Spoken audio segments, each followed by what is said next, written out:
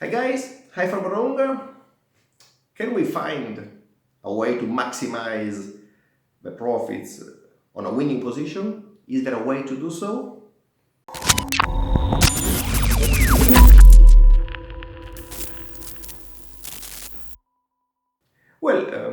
If we really believe in a target, a price target, or in a move, or in something that takes place in the market, can we somehow maximize? Because if we believe in a big move, we jump into the move and we take a profit, we are happy, of course. But that profit could be big, large, whatever you want, but could we maximize it somehow? This is the point. And if this move is really a huge one, I mean, big move, sort of a black swan in positive terms in this case, I mean, something which happens very seldom, but we are there, okay? So could we take the maximum advantage of that?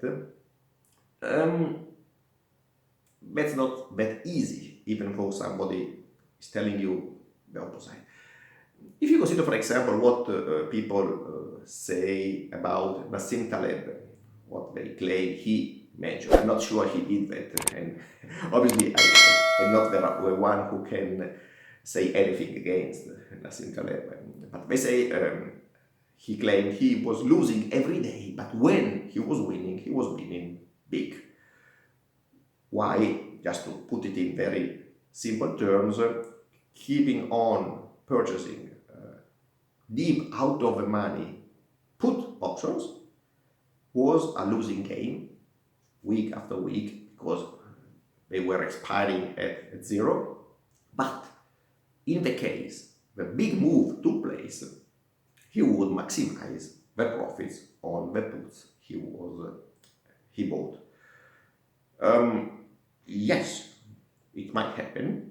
The big question mark is, okay, but are you really cashing so much money that you are covering all the losses you had and putting something more into your pockets? This is a question mark which we could not answer easily. The real issue here is the psychological issue about this kind of approach, because it's like looking for a lottery ticket. You are purchasing every week this ticket, you lose the money for the ticket, but when the lottery chooses that you are the winner, you make big money. Okay, that's an approach, but from a psychological point of view, I don't think it's that easy, because you see your balance decreasing constantly, and you don't know when the big wave comes. Another approach is that, okay, once I am in the big move, why shouldn't I take advantage of the profits that I accumulate during the move? While your position is increasing in profits, you have more cash, your theoretical cash in your balance, and you could, in theory, pyramid on the position, adding contracts. Sort of an anti-martingale approach. Anti-martingale, I'm a fan of anti-martingale in position sizing. Anti-martingale means that you increase your positions when you have a higher balance in your account, and you decrease when you lose money. On the contrary of a martingale approach, which is sort of averaging down your losses. Okay, here, once you have more money because you have open position profits, you add contracts. The point is that if you really catch the big move, you get to the end of your move with a huge number of contracts, because you added contracts throughout the move whenever it was possible because of new balance in your account, and you maximize your profits. But what happens really? Well, I mean, this is in theory very, very nice, but does it really work that way? And is it really that simple? I would say no. No, because the point is that if the move goes that way, straight to the target, perfect, you get the big wave. But normally it does not. And when you load up contracts, as soon as you get a really small retracement, you lose a lot of money, because that retracement is taken with a full load. So let's even imagine you put a stop loss which is the balance of your account, okay? This is not technically very simple, but let's imagine that you put that kind of stop loss. I want to show you something directly on an example, and maybe you understand better if you see that on a practical example.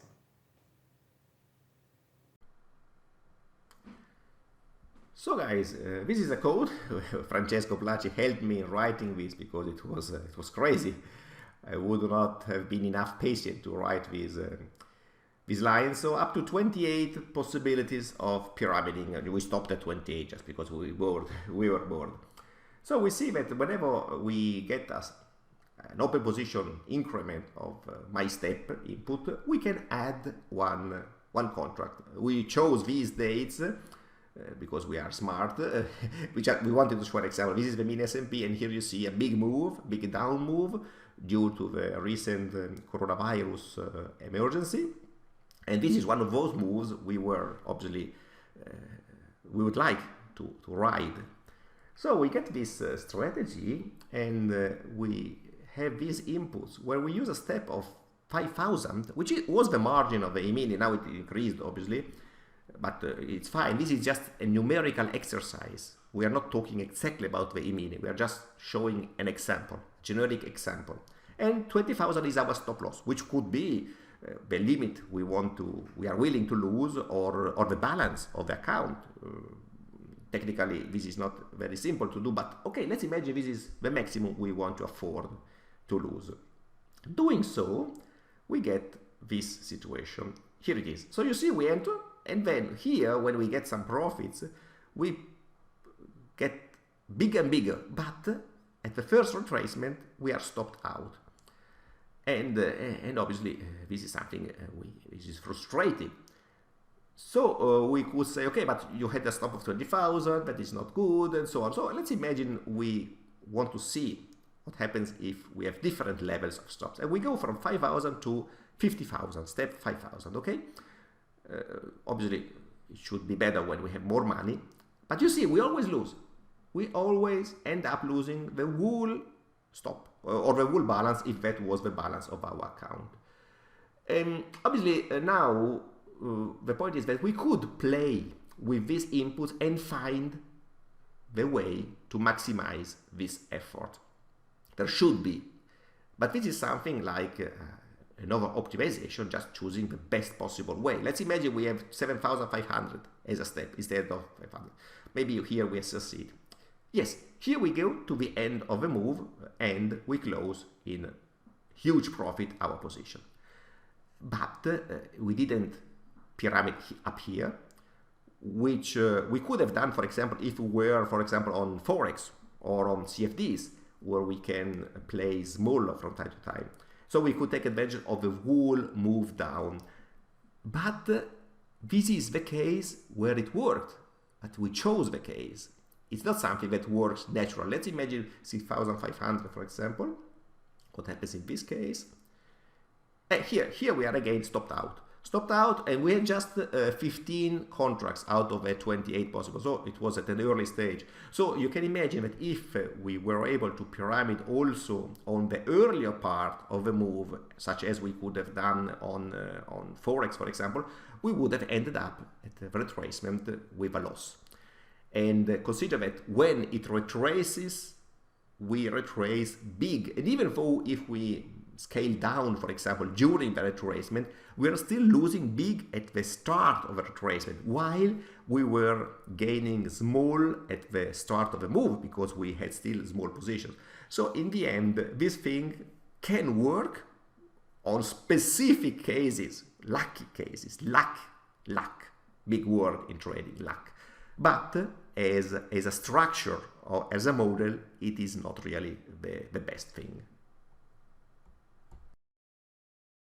Okay, you see, I mean, everything is nice in theory, but when you go now to practice, it's not that simple as you were told. You might get the big case, but normally you don't.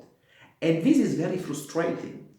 It's not only frustrating if you lose your lottery ticket every week, because this is something you might even accept, but it's more frustrating that week when you get the big move, when you are in the big move and you see your account grow, you believe that is the right occasion, that you really got the black swan, whatever you call it.